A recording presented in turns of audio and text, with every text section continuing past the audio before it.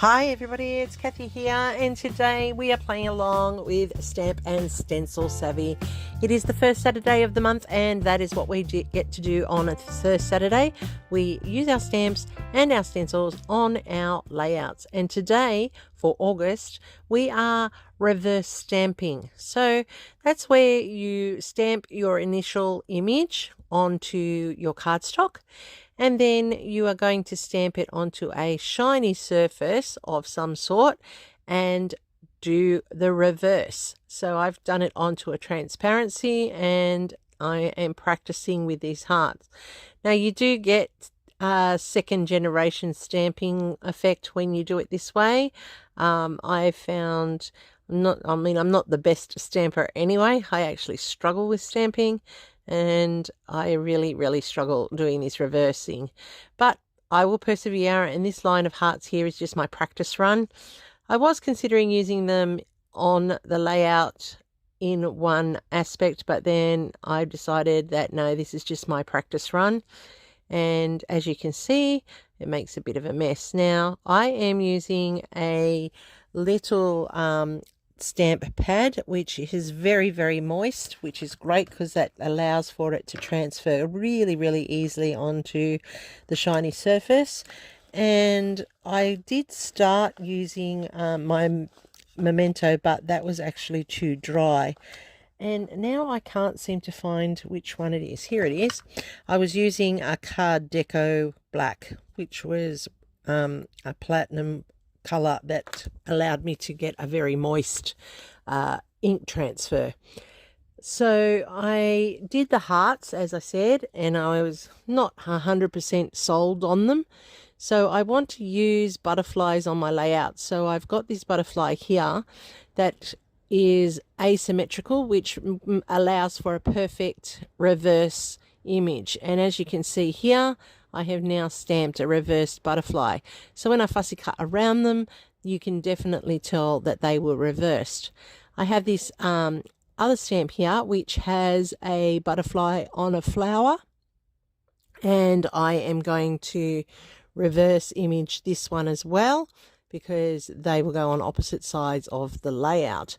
And so I'm putting that down. Now this one is a little bit fainter, so I will try and do a more detailed one, but it doesn't necessarily work out as well either.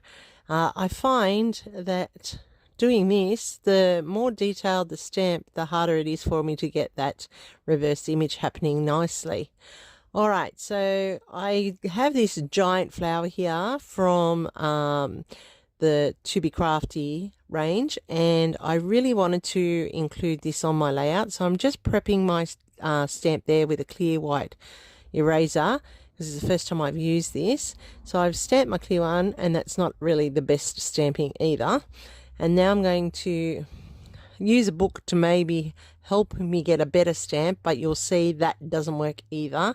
I actually do a worse stamping. See, not very good at stamping, but anyway, that's why I usually use my stamp press or my stamp platform. And I'm just going to go in with one on that transparency and do a reverse. I in the end decide not to use the big flowers. So I went off screen and I fussy cut out the butterflies and the little flower, and then I zhuzhed them up with a bit of colouring with pen. So I've got some blue and some green and some white coloured in, and I used a black sparkle gel pen to go over the top of the outline to make it really stand out. I have pre-cut a 1-inch frame with my paper that I want to use, and then I've also cut a frame in the yellow and the wood grain so that I am like having a triple matting on this layout, and that's because of the stenciling I want to add into it as well.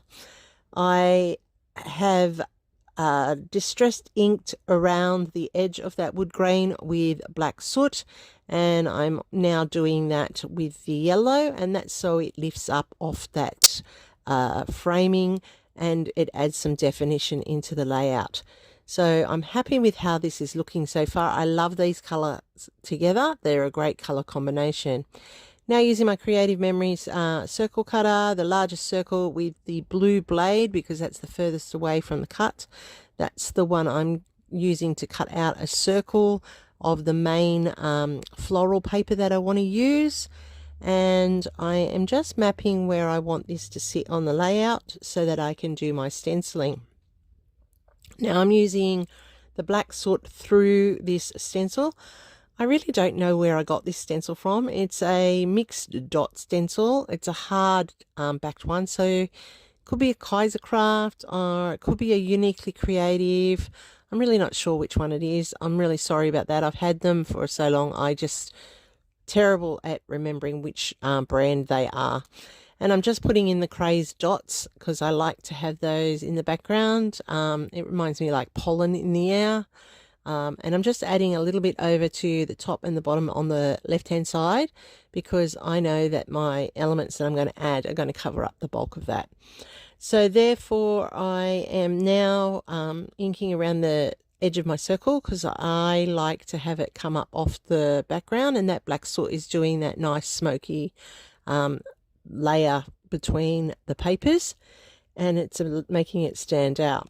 Now I have gone through my scrap bin and I have pulled out some complementary scraps in the colors that are the main colors of my layout, and that's going to allow me to build a horizontal ledge for my photo to perch on. So I'm just going to cut these 11 inches by 1 3/4, I think I did it. And I'm just going to do that with these two in the big.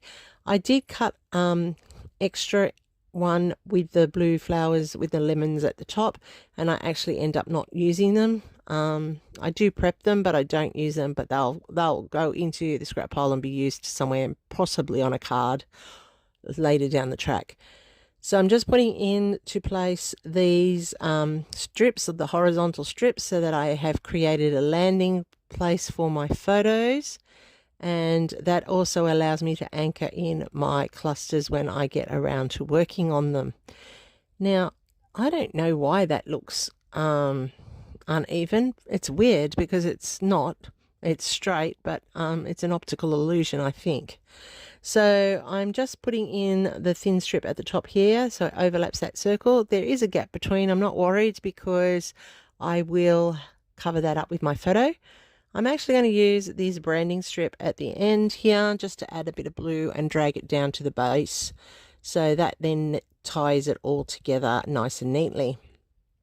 Now I'm just going to put that in at the very bottom there, and you can now see that I have that horizontal edge in place.